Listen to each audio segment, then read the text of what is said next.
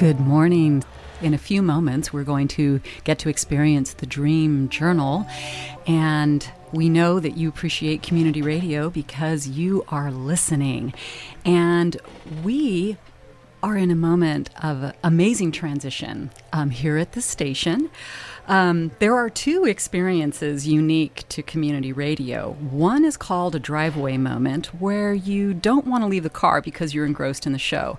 The other are moments when someone's saying something really important and suddenly the reception fades out right at a crucial moment. It can happen when you're driving into the outer reaches of KSQD's 90.7 signal. Well, the FCC won't let us just turn up the power due to interference issues. However, it will let us broadcast our programming on more than one channel. And guess what? We have found two frequencies for sale that will let you hear K-Squid from Santa Cruz to Carmel and from Watsonville to Salinas. They are 89.7 and 89.5 FM, and they will more than triple our audience. We have entered, not you, but soon you'll be a part of this, I think. We've entered into a deal to acquire these radio licenses. And to do this, we must raise $400,000 by January. And the good news is we are already over 75% there. So now this is where you come in. During this drive, we need to raise operating funds to keep programming the programs, to keep bringing you the programs you love. And anything over that amount goes to the capital campaign. If you can make an extra gift during this important time for the station, we'd be most grateful. The project will allow us to improve our service to the whole Central Coast, wherever you are living or commuting. So please take a moment to look in your wallet or bank account or stock portfolio and think about what you can do to help grow your favorite station. If you usually give $100, perhaps you could double that. And if many people follow your example, come next fall, you'll be able to hear us all over the Monterey Bay area. We'd love you to think about that as we transition from the grounded world of the garden with Joe Trescott into the outer reaches of the cosmic inner dimensions of the dream world with Catherine Bell. Absolutely. So yeah, we would love to have your contribution. You know, when you contribute during this hour, it's especially helpful for the Dream Journal. It lets people know that that's what you're interested in. So you can give us a phone call and make a pledge that way, 831-900-5773. Or as in the modern way we do things, you can go online to ksqd.org and you'll see an enormous squid. And just click at the bottom of the squid, which says donate now. It'll take you through the steps. And we have some cool gifts. I was just looking online, making my own donation because, you know, I'm a volunteer, but I'm also a pledger, a programmer, and I also give my cold hard cash because I think this is such an important thing. And we have new t-shirts. I'm excited to say new t-shirts for gifts of $100 or more, which includes $10 a month, which is easy. $10 a month. It's like a streaming service. So 831-900-5773 or ksqd.org.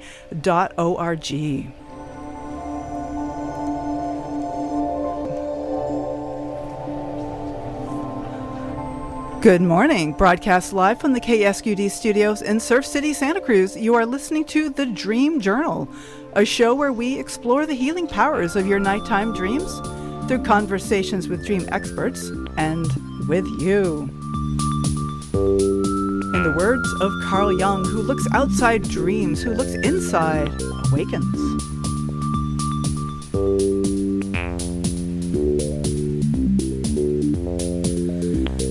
We will live in the future that we dream of today.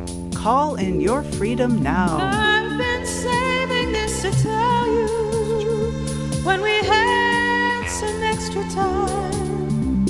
When the sky The Dream Journal host, strategist, and designer Victoria Rogers, who created a soundscape called Black Noise, there were places I was going with the particular needs and sensibilities of Black people in mind. We will explore topics including the inequities of dream spaces and how we can use dreams for explorations that are more difficult in waking life. I am your host, Catherine Bell of Experiential Dreamwork, and welcome to the Dream Journal. So Dream Journal is also a podcast, so you can look for that in all your podcast platforms and also on the KSQD website at ksqd.org/the-dream-journal. I'm excited today to welcome new listeners through KCXU, Community Radio of San Jose. Welcome to the Dream Journal tribe. Growing the dream, we are. So I'd like to start with my personal dream work, just to take a minute to check in. And in these busy mornings, it's always good to check in with a dream. So I have a dream where I go to Overlook, which is close to my house, and I look across the way, and I see this road that presumably I've driven on frequently, that this is like a common road that I've been on. And yet I'm amazed to see that the road goes through these spectacular rock pinnacles and cliffs, and it's just amazingly beautiful. And yet I've driven on this many times and never noticed. And I feel like this is just a way of looking back on my life and looking back on who I am and recognizing the incredible beauty. And really, this is kind of a spiritual dream for me, just to recognize this sense of awe that permeates my life, and sometimes at a level that I don't even really recognize. So maybe this is one of those moments. I'm driving along, pledge drive, and driving the Dream Journal, and yet it's also a place of driving through the spectacular beauty. So really, this is an amazing opportunity to be here on the air with you, spreading my enthusiasm about dreams and getting you to think about your dreams just a little bit more. During the last 30 minutes of the show, we'll be welcoming call-ins, and you can also email us at any time at onair@ksqd.org. That's ONAIR at ksqd.org. I'd like to welcome Victoria Rogers. Hi, Victoria. Hi, thank you so much for having me on today. Great. I'm glad to have you. Victoria Rogers is a strategist focused on how to build a more equitable future for the most people. She is currently working for Alphabet, the company that owns Google, and was formerly the director of arts at Kickstarter, where she led the crowdfunding platform's efforts to serve the cultural community, raising over $9.6 million for 220 projects from over 93,000 people. We all know about Kickstarter. Victoria holds an MBA from Stanford University, an MFA from Parsons School of Design, and a BA from Yale University. At Parsons, her thesis, Black Noise, focused on inequality in dream space, particularly for Black people. So, Victoria, I would like to welcome you to the West Coast for one thing. When we spoke last fall, or last spring, I think it was, you were still at Parsons, and I think you've since moved out to the Bay Area. Is that right? No, I'm still here. I'm calling in from New York City. I'm in Flatiron. Okay. Oh, okay. All right. Well, that's okay. Through the miracle of technology, we can speak to you as if you were right inside my own ears right now. And Exactly. Yeah. So I want to talk a lot more about the Black Noise dreams space, sound space that you've created. We'll have some clips to play here in a little bit, but I'd like to start with a little bit of background. How did you first get interested in dreaming, Victoria? I really think that for me, dreams became an avenue through which to explore imagination. Mm-hmm. And a lot of my work in the 2 years I was at Parsons was thinking about, in a post-George Floyd moment, what does it mean to be a Black person living in urban space? Mm-hmm. And what are some of the tools, services, experiences that could support Black people as we continue to exist in the present, but also are moving towards a future that's hopefully more inclusive of us. And there's an amazing artist named Alicia Wormsley who has an artwork where she states there are Black people in the future. And I started to think at my time at Parsons, what would it look like to support that future? What are some of the things that could be built or experimented with to make sure that in that future we're not just surviving and existing, but really thriving? And so imagination was something that I explored in a few classes. How do you support Black imaginations? And dreams became an avenue for that work. So one of the things that we've talked about is access to to dream spaces and inequality in particular. And I wonder if you could say something about your experience as a Black woman and your experience with Black communities with access to dreaming and imagination and creativity spaces. Sure. So there's been a lot of great work around sleep. And if we think about sleep as in some ways an avenue to dreaming, though of course it's not one-to-one. If you sleep, you don't always have a dream experience that you're cognizant of. Mm-hmm. And also there are ways to dream while awake. Mm-hmm. But sleep is where I started, where I thought, okay, if the sleep gap has been publicized so much, Black people don't have access to sleep for all of the reasons that one might imagine. Right. And what is that gap? I'm sorry to interrupt, but I wanted to put the numbers out there. Like, what is that gap that I mean, I've heard the statistic, but I'm curious what your statistics are, what your... Sure. So my statistics come from Brian Resnick, who wrote an article called "The Racial Inequality of Sleep" in The Atlantic. Mm-hmm. And I can quote him. I think 20% of most people's nights are spent in slow wave sleep. And most white participants in a study that he was writing about hit that mark, while Black participants only had about 15% of the night in slow wave sleep.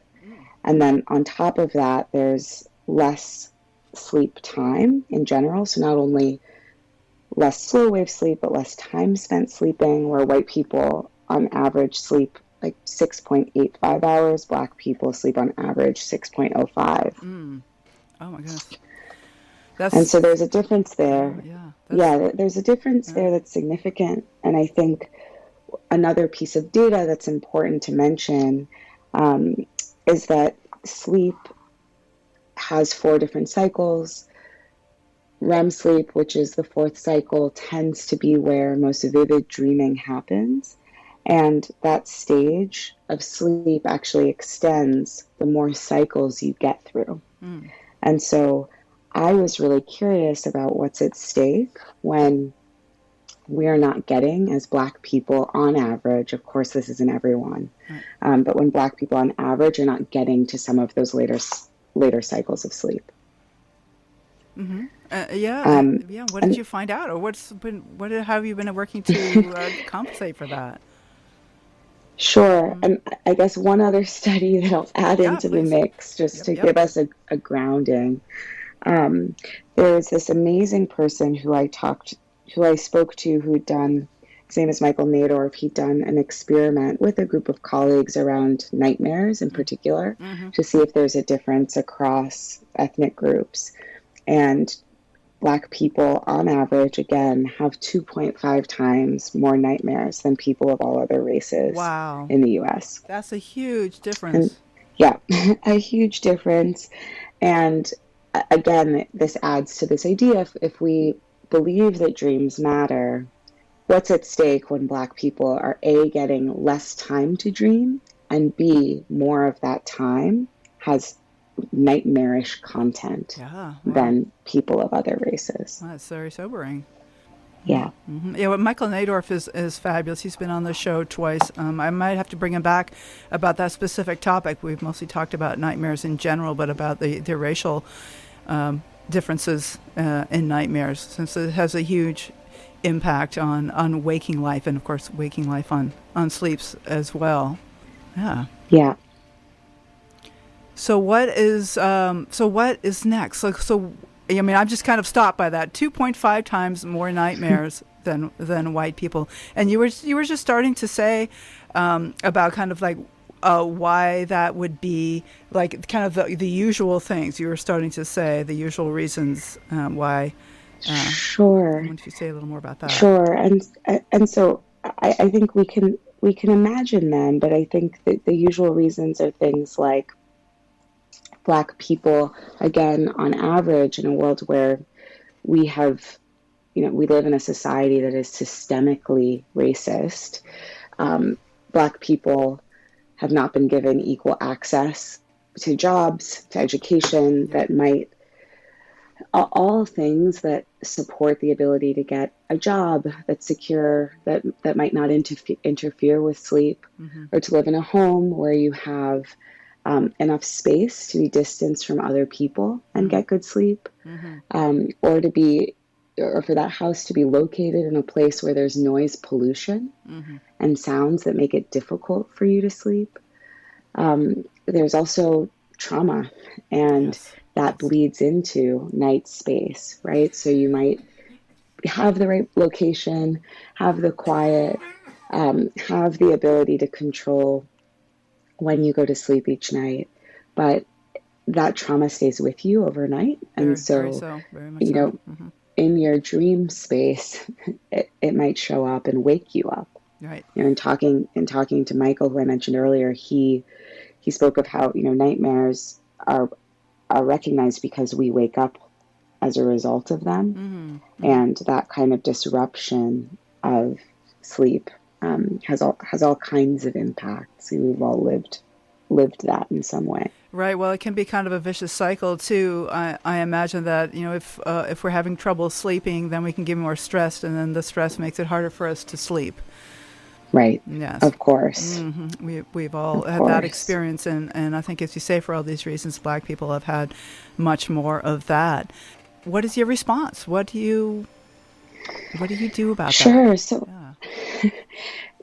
so I went on this sort of investigation in the space that I was lucky to have because of my thesis project at school, and I did a couple of things. I wanted to start to learn about how different people dream. I realized that I talked to friends and family about dreams a bit, but I wanted to just understand a little bit more breadth of experiences. And so I spoke to you. I spoke to a lot of folks who work in some way in the dream world. But I also did an experiment where I sent dream journals out to a group of Black people living in one of the 5 boroughs in New York, and had them record their dreams for 2 weeks, and to also start to code some of the feelings that their dreams left them with.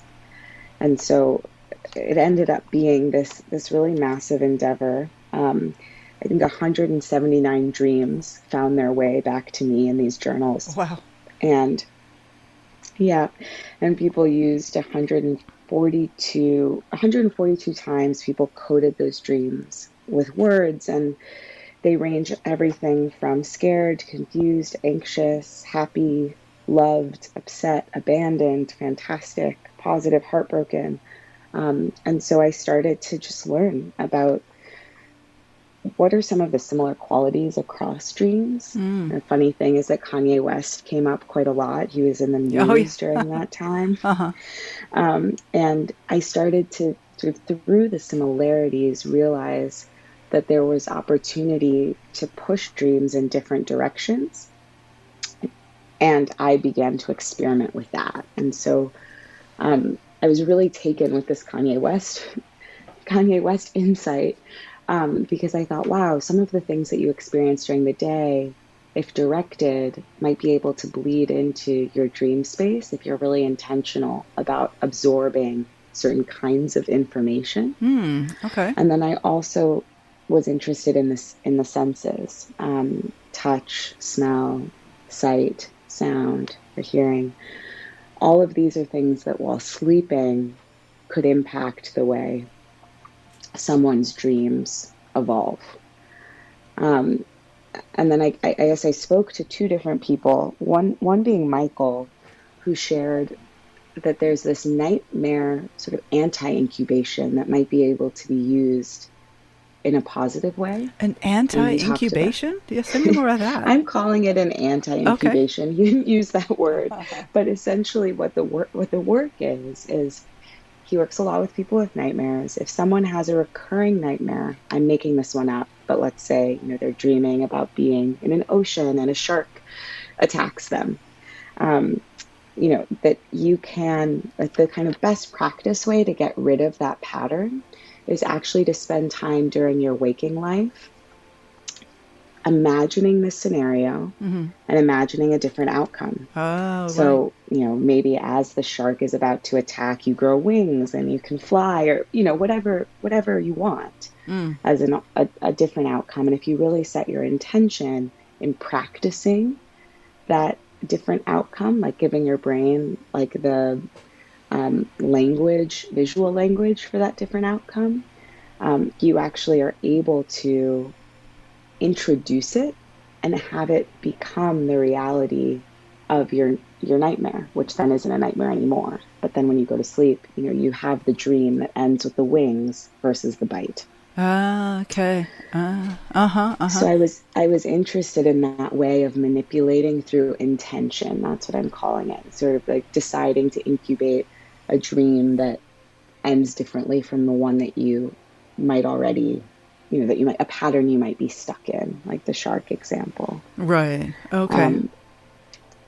I also spent some time speaking to the MIT Media Lab, and while I was there, learned about a study where a brain was looked at during time of daydream, and it mirrored a lot of the kind of work and patterns that brains had during night dreaming. Ah. And so I started to think, putting that together with Michael Nadorf's research around dream incubation, that there might be an ability to set an intention about the kind of dreams that one might have without having to manipulate the dream once you're already asleep, like lucid dream.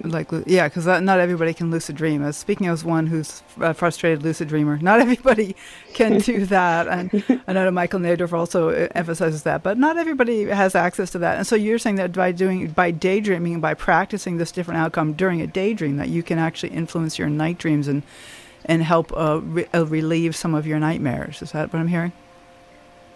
Yeah, that was at least the intention. And I think that there were definitely signals that could work through some of I ended up doing a few experiments with that group that I mentioned I'd sent the dream journals to initially. Mm-hmm. I want to take a break here for a moment, but I want to just let everybody know that this is Victoria Rogers, and that I want to really get into this audio file that you created as part of your Parsons degree called Black Noise, which is an amazing agglomeration of many inspirational statements and soothing and relaxing, and a way to turn inward. I have some clips from that I'd like to play, and how that benefits the people who need it the most. So, but I have this little campaign I do online I call Support the Mothership. This is the Mothership, KSQD, and we're so glad to have your contribution. And I want to say that whenever I listen to pledge drives, I too find them a little bit nagging. I'm like, oh no. But what I've noticed is that when I contribute, after I've contributed, I don't feel like they're nagging anymore. I'm like, oh, I'm one of those. I did that. So I encourage you to dial in or to click in at ksqd.org and make a contribution, and then you'll know you're part of the team. And you know that you're weaving a web of a resilient community across this region. It's a very powerful act. Absolutely. Thank you. Thank you, Christine. All right. So give us a call at 831-900-5773, or you can go to ksqd.org. Excellent. Okay. So this is the Dream Journal, and we are having a wonderful conversation with my guest, Victoria Rogers. And I think I'd maybe like to play a clip from that Black Noise production that you made, Victoria. Does that sound like a good idea to start with that? Sure. And before we jump into it, I just want to be super clear that I have no musical talent at all. And I really was looking across all of the different ways in which dream space could be influenced, and chose sound for a few reasons, which we can get into. But I had a great collaborator her name is Alani Uwane, who's getting a master's degree at Harvard, and really kindly jumped in and was a support in remixing found sounds, because at least for the capacity of the project for now, we weren't able to create sounds anew. And so she was able to take some of the parameters of the project, find what existed in the world already and borrow from it to create this soundscape. Right, and it is really a soundscape and weaving together of a huge variety of different kinds of sounds, and it's 80 minutes, and so I have just made a couple selections. One is near the beginning where you're kind of setting the stage, and then I have another one a little later on, but there's just a huge variety, and I will include a link to the soundscape. It's called Black Noise on the episode page. It's a Vimeo video that you can listen to anytime you like. Okay, Rick. Awesome, thank you. And Gina Golden, the last shout out, but was the hypnotherapist whose voice is at the beginning. Oh, it is. Okay, thank you. Yeah.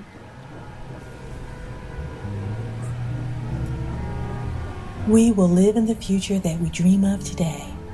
This is your guided arrival to Daydream, a Black Noise project. Welcome. Here you will find the space to imagine. This sense of exploration will guide you towards experiencing deep freedom within your dream space. The freedom to imagine. We will live in the future that we dream of today. Let your mind wander. You are free now. Okay. That is amazing. It's just like it's just like a way of really settling in. And so I take it that there's like an intention of using this as kind of a daydream, as a way to relax and tune inward. Exactly. And I think another piece of it, which, you know, as the project continues to evolve, because I'm still working on it, I think one of the goals that I had was to build on the space that dreams give you to practice or experience things that might be harder to explore or experience in daily life. Well, say some more about that. What do you mean? Your dreams give you a chance to practice? They do. It's like I was reading, there's a Brazilian neuroscientist whose book I was reading while working on this project, and you know, the most typical example, I think, is with golfers and their golf swing, where he had done some research around this idea, which is talked about in the golf world of, oh, you know, I went to sleep and I practiced my swing and I came back the next day better at it. So do you have to be a lucid dreamer to do that? I mean, do you have to like wake up in your dream? It really is about setting intention, about going. And there's other great experiments that happened a lot actually out of Stanford around problem solving overnight.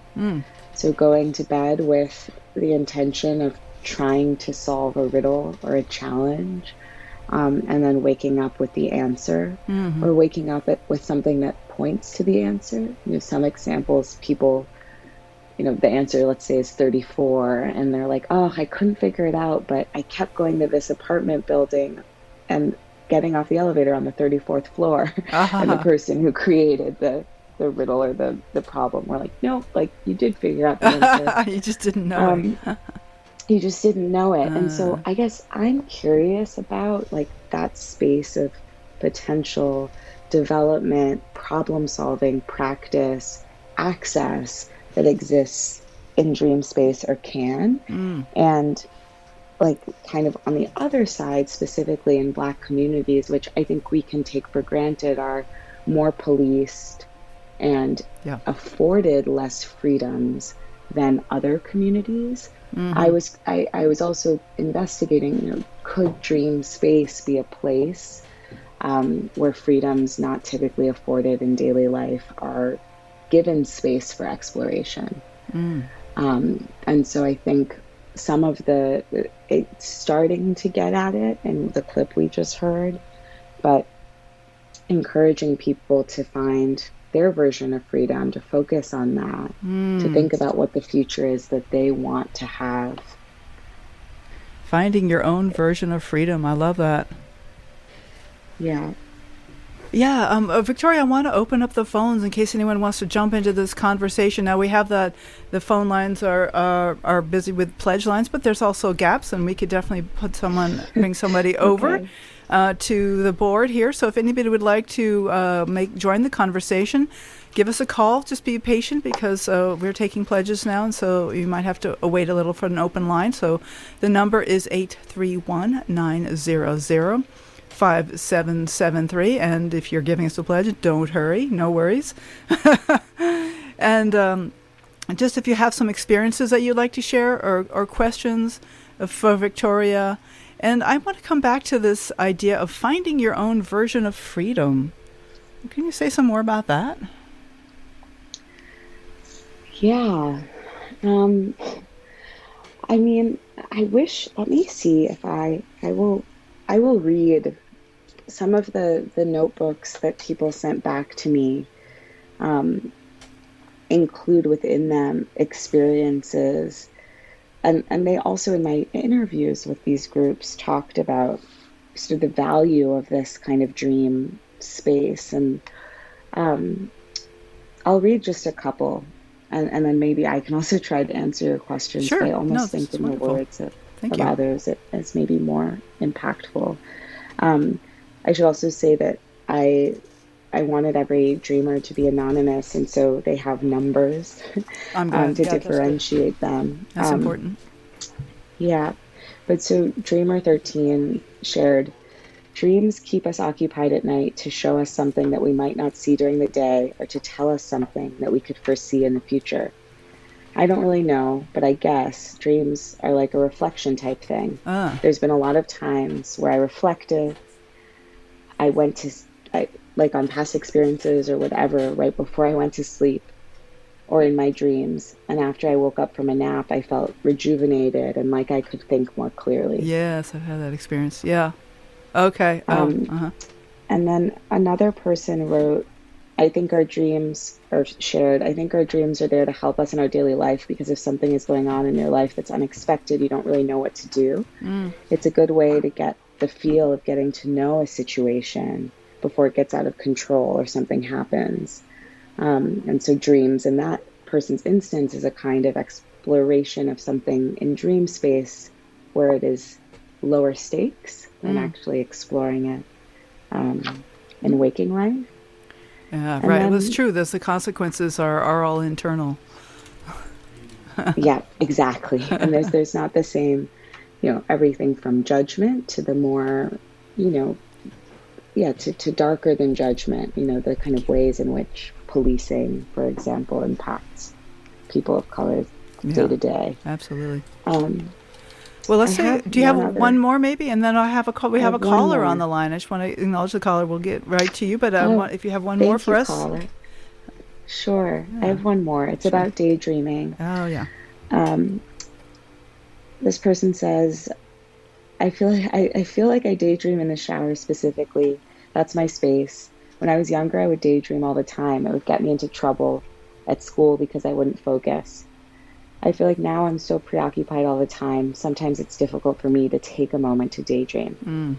It's an act of rest. I also feel like reality is so intense and a lot that a break, like to daydream, really matters. I think that's how you get closer to your ideals, by imagining them. I think it's really important. It helps you shape your ideals. I think people daydream about things to bring them into their reality. It's an important practice. Yes. I agree with that for sure. Thank you, Victoria. So let's turn to the caller. Yeah, no, these are wonderful quotes. I'm glad you bring in specific quotes from people in your study who are not necessarily as deeply into dreaming as some of us, but it's just that this is the impact of dreams on regular people. Thank you. Yeah. Okay, let's say hello to the caller. Hello, caller. What's your name and where are you calling from? Hi. Hi, my name is Amir. I'm calling from New York. Just wanted to call in with a quick question. Victoria, it's been wonderful learning about your research. Thank you so much for sharing. I'm just curious, how did your own dreams change over the course of this process? That's a good question. Yeah, interesting. I think that for me, drawing attention to my dreams, being somebody who had thought about them in a light way but wasn't recording them. Once I started this project, I got a dream journal, and I actually had things to fill it with. And so I think the more I wrote, the more I could remember my dreams, just having the intention of spending some time in the morning really helped. And so I think they became more vivid. I remembered them more, and they started to be more and more about dreams. I would have dreams that were like meta dreams, because I was, so deep in this content. And so I think I mentioned earlier, when I mentioned earlier that the things you see and do throughout the day end up bleeding into your dream space, that ended up being really true for me too. Javier, how about you? Do you remember your dreams pretty frequently? I don't, and I think it's a really good idea. It's a good practice to try and journal a little bit more. It sounds very productive and useful. Yeah, I think what Victoria's saying here of getting a journal and really just planning to have a few minutes of time in the morning to kind of give some space for your dreams is a really good way to kind of open that door, because we all dream every night, and and not all of us remember our dreams, but we can certainly remember them more often if we give them more attention. Yeah. It's really heartbreaking to think of dreams forgotten. Oh, yes. And yet there's also something natural about that. Like, even those of us who remember like 4 or 5 dreams a week, that's pretty high for dream recall. And yet we're probably each having 4 or 5 dreams a night. And so the vast majority of our dreams just aren't remembered. And even people who who never remember their dreams, they're still dreaming 4 or 5 times a night. So it's kind of like, I think of it as eavesdropping. That when I'm listening in on a dream, it's like, oh, that's what's going on in the subconscious. That's what's going on behind the scenes. And I get to, I get the power of that and the benefit of that. And yet it is like breathing. Like, you can spend your whole life paying no attention at all to your breathing, or you can go down a path of meditation or pranayama and pay a lot of attention to your dreaming your breathing and dreaming. And so it's interesting, these natural processes, and yet there's something so meaningful about the dreams that we do remember that just seem to beg out for appreciation and for sharing. Yeah. I love that. Thank you both so much. Thanks for calling, Javier. I appreciate it. And thanks for being a Dream Journal listener. Of course. Right. Bye-bye. So, Victoria, I wondered, do you want to take another minute and listen to another clip from the Black Noise? I have a kind of a different kind of a clip. Okay, and Rick's queuing that up. Here we go.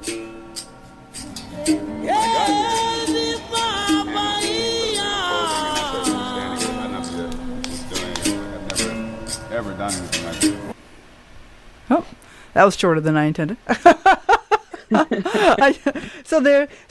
there's quite a bit of drumming on this. There's like there's a certain amount of this very beautiful kind of African drumming, and then there's quotes from Martin Luther King, but there's a lot of space for introspection. There's some words in there. There's also this wonderful quote from Andrewsa Lawson about the tribal nature of who we are, I think is the word that I was trying to capture in that clip. I apparently didn't quite get that. But there's just this huge variety of space to let your mind wander and receive some inspiration. And I wonder if you have what else you'd like to say about Black Noise, Victoria? Sure. I can share a little bit of the requirements that I gave to Alani, who's the collaborator mentioned earlier. I had done a lot of research from lived experiences of those dreamers who I was sort of getting a lot of content from through their dream journals, and then these expert interviews I did, and also analytical research. And I really wanted to come up with a set of requirements for Black Noise that would ensure that it was directed towards and built for busy people living in urban settings, giving them some of that space that you just mentioned. Mm-hmm. And I also wanted it to be free and something that could be shared digitally. And the length of Black Noise correlates. There's one for daydreaming, one for dreaming at night.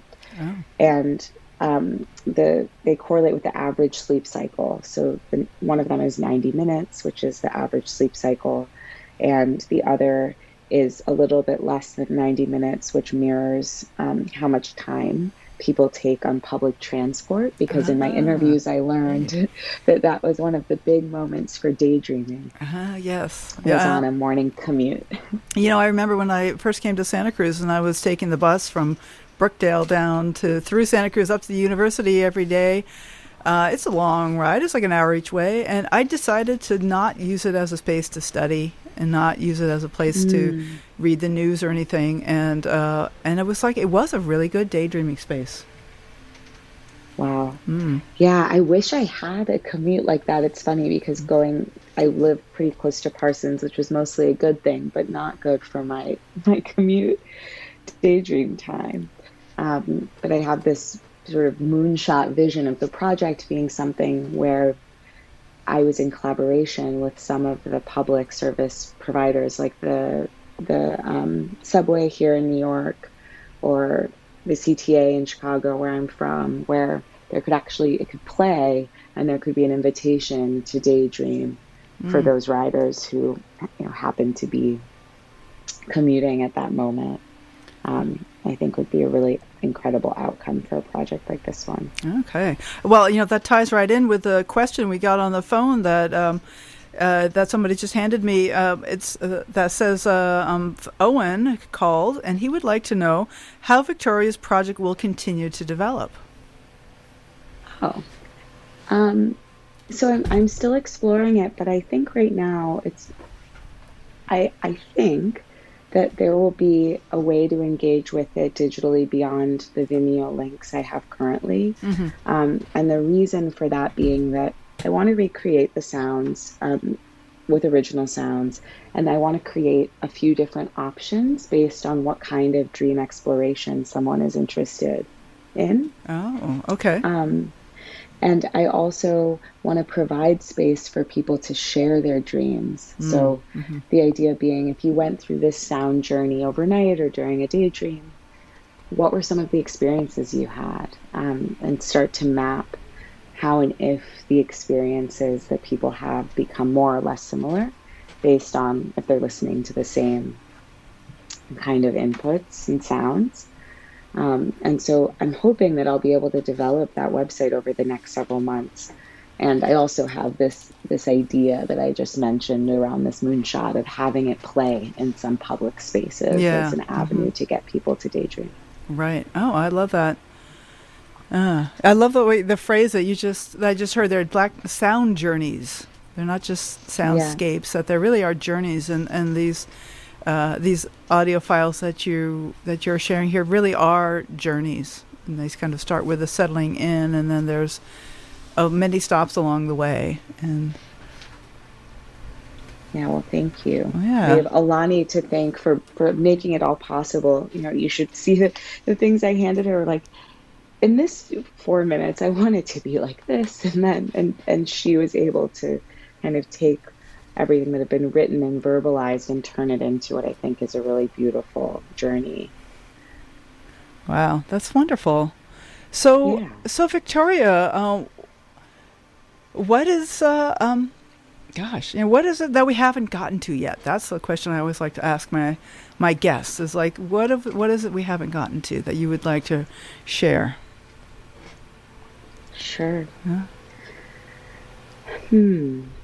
I think one thing that I'm curious about, and it's sort of an open exploration, is around the power of suggestion. Yeah, the power of suggestion. Mm-hmm. How at different points throughout our days, and especially in this moment of more sort of like vulnerability that happens around sleep and therefore around dreaming, there are different levels of suggestibility.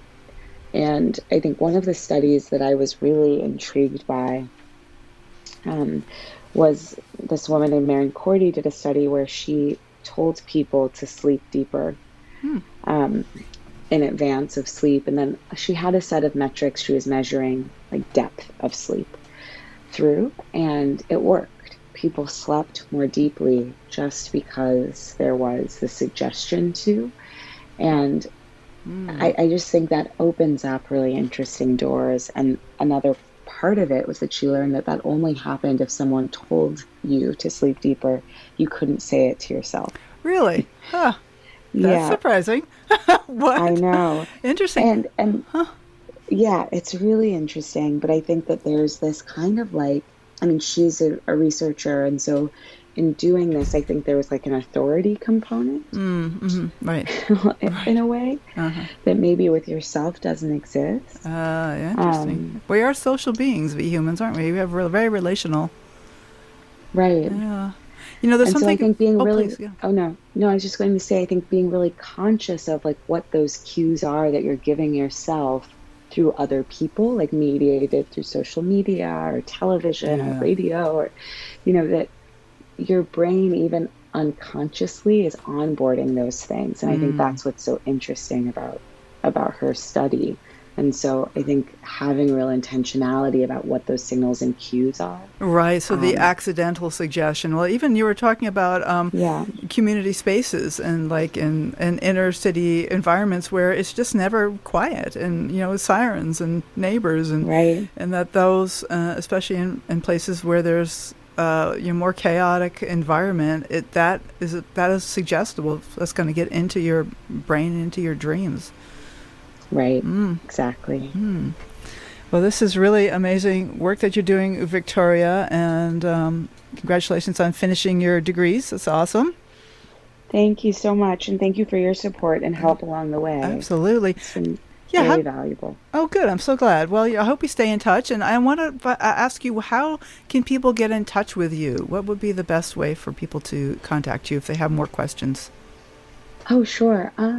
I guess Instagram is the best way. I'm Victoria, M as in Marie, Rogers, Rogers. Amazon, like M-A is like Amazon. M as Marie. Oh, sorry. M as in Marie. So it's just Victoria and then M for my middle name, and Rogers, Rogers. Victoria M. Rogers. Okay, I will put that on the episode page, and people can contact you there. Victoria M. Rogers. So thank you. Do you have any last things you'd like to share with our listeners as a kind of a closing? No, I think that my encouragement is just to take your dream life as seriously as your waking life and begin to explore it. That's a good one. All right. Take care, Victoria. Thank you so much. Thank you so much for having me. This was really fun. All right. Goodbye now. Okay. Bye. Next week, we will be talking about archetypal dream work with licensed psychotherapist Jill Aris. And I finally want to let you know I'll be starting a new round of my famous Experiencing Your Dreams workshops on Monday. So unpack your dreams in a community of fellow seekers. First gathering will be on Monday. We'll run for 5 weeks through November 14th with a few skip weeks. Look for details and information about how to sign up at experientialdreamwork.com/workshops. So you can tune in, listen to the live broadcast of the Dream Journal again next Saturday at 10, or catch the podcast replay, which will be released as always on the Monday following the show. I'm Catherine Bell, and this has been the Dream Journal. Thanks for listening. You can find out about my own dream coaching practice at experientialdreamwork.com. Email me at catherine@ksqd.org. That's KATHERINE@ksqd.org. Please contact me so we can talk about dreams, and then I can let you know about my upcoming dream offerings. I'd like to thank Rick Cleffel of our engineering and music creation. You can find the ambient music at pandemia.com. I'd like to thank Eva Milady for audio editing, Christine Barrington for pitching support. The intro music is Water Over Stones. Outro music is Everything, both by Mood Science.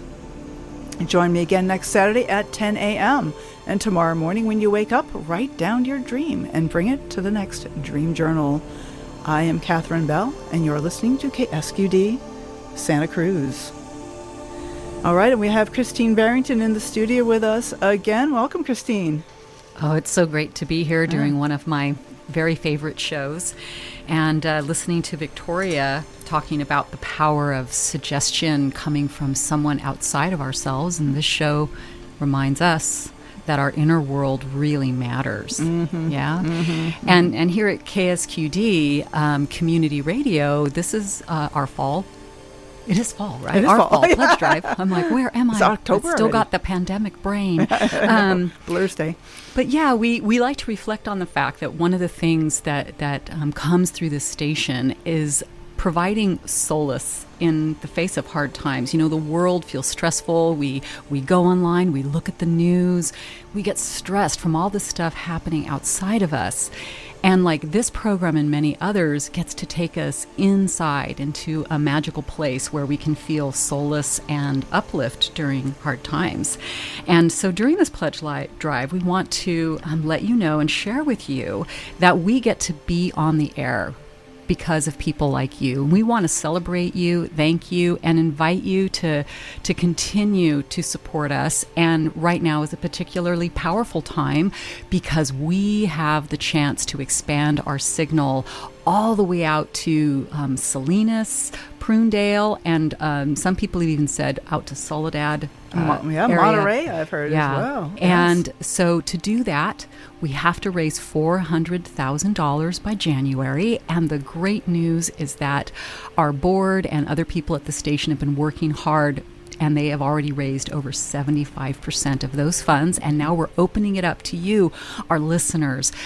Give us a call, and we invite you to make a pledge. And if you could maybe add a little bit in for our capital campaign, we might actually get to reach a lot more people and continue to weave this web of not only providing great news, great music, but also programs like this that enhance our life and bring us, you know, a heart softening. You know, listening to Victoria got to take me away into another world and to remind all of us that going in and exploring our inner world and expressing it in any way that it feels like it matters to us can touch other people's lives. Mm-hmm. And I felt touched in that way listening to the show today. And our station gets to touch your lives. So give us a call at 831-900-5773, or you can go to ksqd.org and click the donate button. Absolutely, and it's our pleasure to be here, but we couldn't be here if you weren't there. So thank you so much for donating, and consider, as Christine is saying, giving a little extra this round to help us get up and over the hump. We're confident, as she said, we're 3/4 of the way there, but we need you.